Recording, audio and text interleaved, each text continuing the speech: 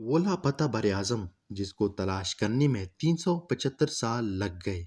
साइंसदानों को इस आठवें बरआज़म को दरियाफ्त करने में 375 साल क्यों लगे? वो बरआज़म जो सबकी नज़रों के सामने होने के बावजूद भी नज़रों से उजल रहा। क्या वजूहाती साइंसदानों के सामने कि ये बरआज़म दरियाफ्त नहीं हो रहा था? वर्ल्ड इंफॉर्मेटिव फैक्ट्री की वीडियोज़ में एक बार फिर से खुशामदीद।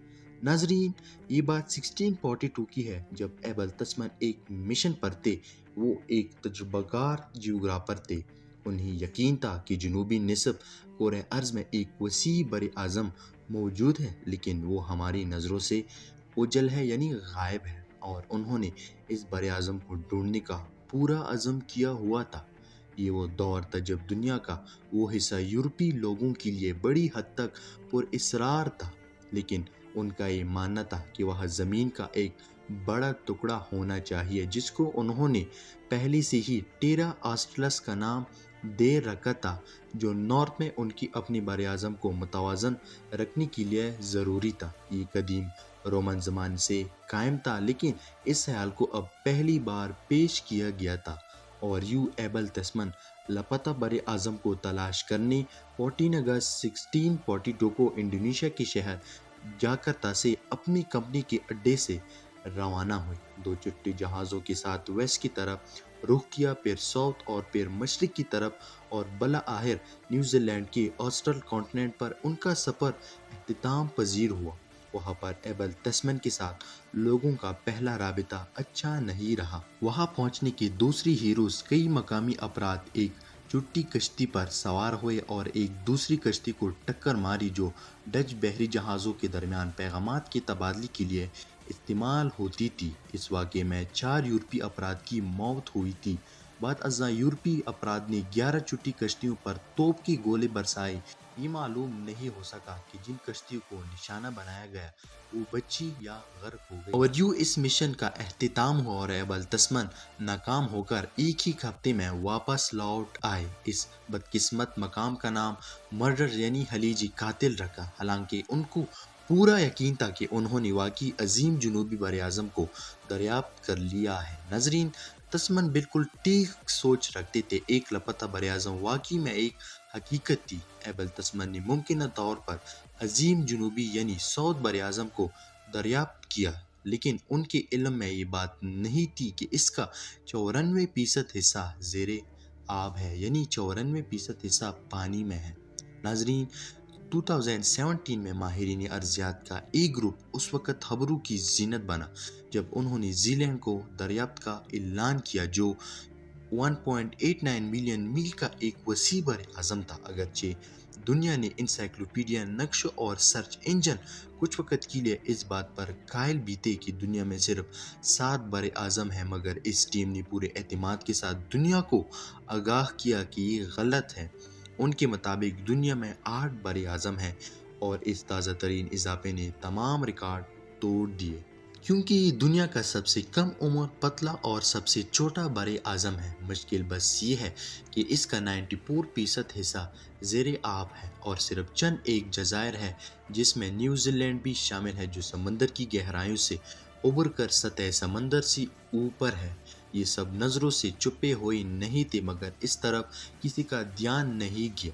न्यूजीलैंड के crown research institute GNS science के माहिरीन अर्जियात एंडी टोलक का कहना है कि ये एक ऐसी मिसाल है जिसमें एक बहुत ही वाज़ेह बात को मंजर आम पर आने में कुछ वक्त लग सकता है। एंडी टोलक उस टीम का हिस्सा थे जिन्होंने श्रीलंका को दरियाफ्त किया था, लेकिन नाजरीन, ये तो अभी शुरुआती नज़रिए है।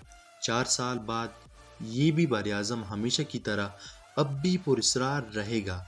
उसके राज 6560 फीट यानी 2 किलोमीटर गहराई में पानी तले महफूज है। ये कैसे तश्कील पाया और कितना अरसा ज़ेरे आब रहा, ये तो अब बाद में ही पता चलेगा। दोस्तों, ये एक कटन दरियाफ्त है। जीलैंड का मुतालिया बहुत ही मुश्किल रहा है। 1942 ईस्वी में तस्मन के न्यूजीलैंड को दरियाफ्त करने के एक सदी से भी ज़्यादा अरसे के बाद बरतानवी नक्शे साथ जेम्स कुक को एक साइंसी सफ़र पर जनूबी निस्ब कोहरा पर रवाना किया गया। काम की तरफ से हिदायत की गई थी कि ज़मीन और सूरज के दरमियान वेनस या ज़ोहर के गुजरने का मुशाहिदा करें ताकि हिसाब लगाया जाए कि सूरज कितना दूर है ज़मीन से। लेकिन उन्हें एक महरबंद लिफाफा भी दिया गया था जिसके बारे में हिदायत थी कि पहला काम मुकम्मल करने के बाद उस लिफाफे को खोलें।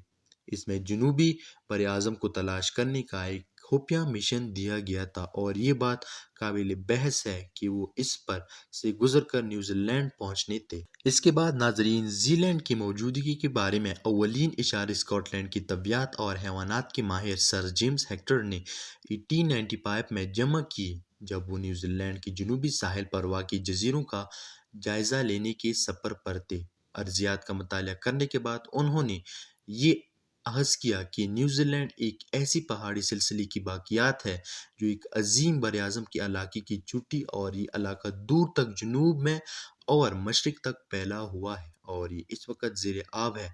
नाज़रीन, ये मुख्तलिफ साइंसों के मुख्तलिफ मुशाहिदात पर मबनी मालूमात। इस इब्तिदाई पेशरत के बावजूद जीलैंड की मुमकिना मौजूदगी का इल्म गैर वाज़ेह रहा।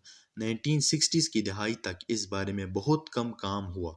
GNS साइंस के माहिर अर्जियात टिक मोर्टिमर कहते हैं इस मैदान में चीज़ें आहिस्ता आहिस्ता होती है। फिर 1960s की दहाई में माहिर अर्जियात ने आखिरकार इस तारीफ पर इत्तेफाक किया कि बर-ए-आज़म क्या होता है। वसी पैमाने पर पहला एक अर्जियाती इलाका जिसमें एक बुलंदी वाला इलाका मुख्तलिफ किस्म के पत्थर और इस पर पत्थरों की मोटी तह मौजूद हों, इसका बड़ा होना भी ज़रूरी है। मोर्टिमर कहते हैं कि ये सिर्फ एक छोटा सा टुकड़ा नहीं हो सकता। नाजरीन, इस मुशाहिदात से और भी मजबूत इशारे माहिरीन अर्जियात को मिले। अगर वो सबूत इकट्ठा कर सके तो वो ये साबित कर सकते हैं कि आठवां बर-ए-आज़म एक हकीकत है। इसके बावजूद ये मिशन रुक गया। एक बर-ए-आज़म को दरियाफ्त करना बहुत मुश्किल और महंगा हो गया था और मोर्टिमर ने बताया कि इसे ढूंढने की कोई जल्दी भी नहीं।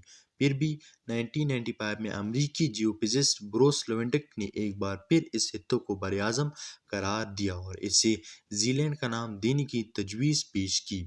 एंडी टोलोक के मुताबिक ये वो मौका था जब इसे दरियाफ्त करने की कोशिशों में बहुत तेज़ी आई थी। इसके बाद नाजरीन अचानक इस इलाके का जायज़ा लेने के लिए दौरों के लिए काफ़ी सरमाया मिलने लगा और आहिस्ता आहिस्ता इस बर-ए-आज़म के और भी शवाहिद जमा होने लगे। चट्टानों से इकट्ठी की गए नमूनों के साथ जीलैंड का केस मजबूत होता गया। सैटेलाइट की मदद से इकट्ठी की गई अदाद शुमार के मुताबिक इस टेक्नोलॉजी से जीलैंड वाज़ेह तौर पर गैर हमवार ज़मीन का टुकड़ा दिखाई देता है जो तकरीबन इतना ही बड़ा है जितना ऑस्ट्रेलिया।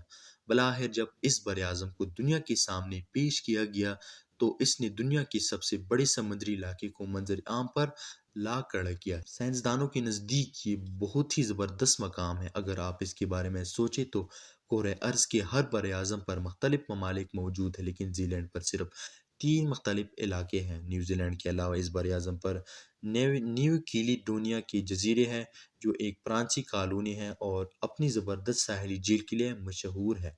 इसके अलावा लॉर्ड हो आइलैंड और बाल्स या पिरामिड के छोटे छोटे इलाके। एक अंदाजे के मुताबिक जीलैंड 550 मिलियन साल कबल वजूद में आया था। तो दोस्तों ये थी आज की वीडियो। अगर आप लोगों की वीडियो अच्छी लगी है तो इसे लाइक कर शेयर करें और कमेंट बॉक्स में अपनी राय का ज़रूर इजहार करें। मिलते हैं इंशाल्लाह नेक्स्ट वीडियो में, तब तक के लिए अल्लाह हाफ़िज़।